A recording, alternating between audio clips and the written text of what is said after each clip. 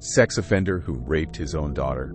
A man has been convicted of further historic sex offenses after more victims came forward after reading reports of his crimes.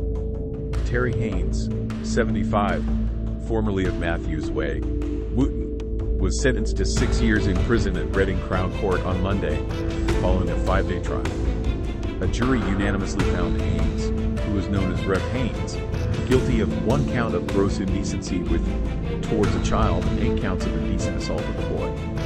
Haynes carried out the offenses against 2 boys in Tubney Woods near Frilford during the 1960s and 1970s. In 2014, Haynes was sentenced to 15 years in prison after being found guilty of 12 counts of rape, 11 counts of indecent assault, and 1 count of attempted rape at Oxford Crown Court.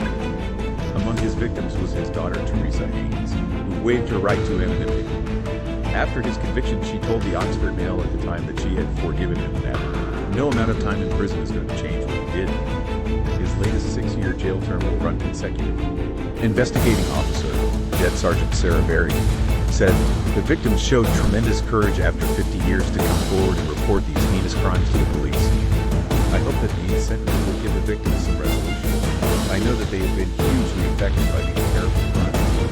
Victims of pedophile Rev Haynes may now get some peace after he died halfway through a 15-year sentence for child sex abuse, an alleged victim of the pensioner said. The 79-year-old died in hospital on July 30th, while a serving prisoner at the Dry Hill, near Rugby. The Wootton man was serving 2 prison sentences, imposed in 2014 and 2017, for abusing multiple children from the 1960s until the 1990s. At the time of his first sentencing, his barrister said dying in prison was what the self-claimed free church minister most feared.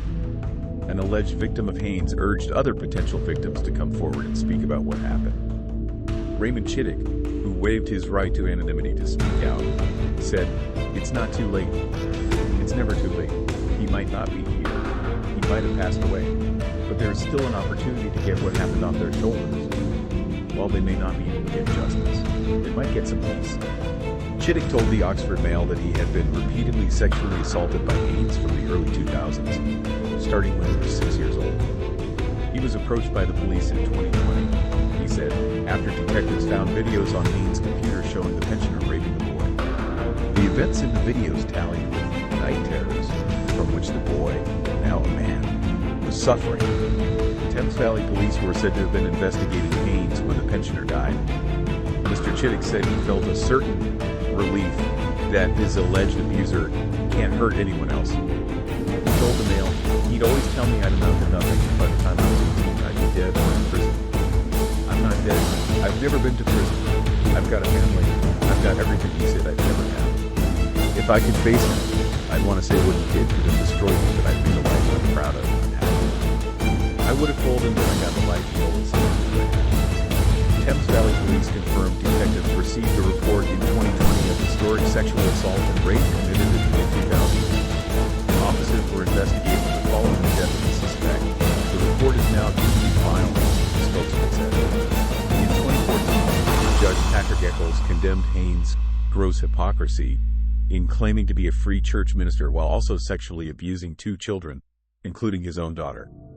Whatever the true number of offenses over the years, 12 rapes and 11 sexual assaults represent depravity and sexual crimes of a very grave order, he said.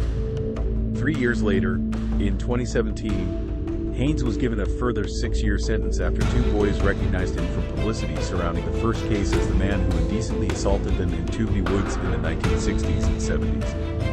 One of those 2 boys, school caretaker Jeff Harris, 56, took his own life within months of his conviction, citing the stress of the trial and saying he did not have the kind of support that a child witness would have received.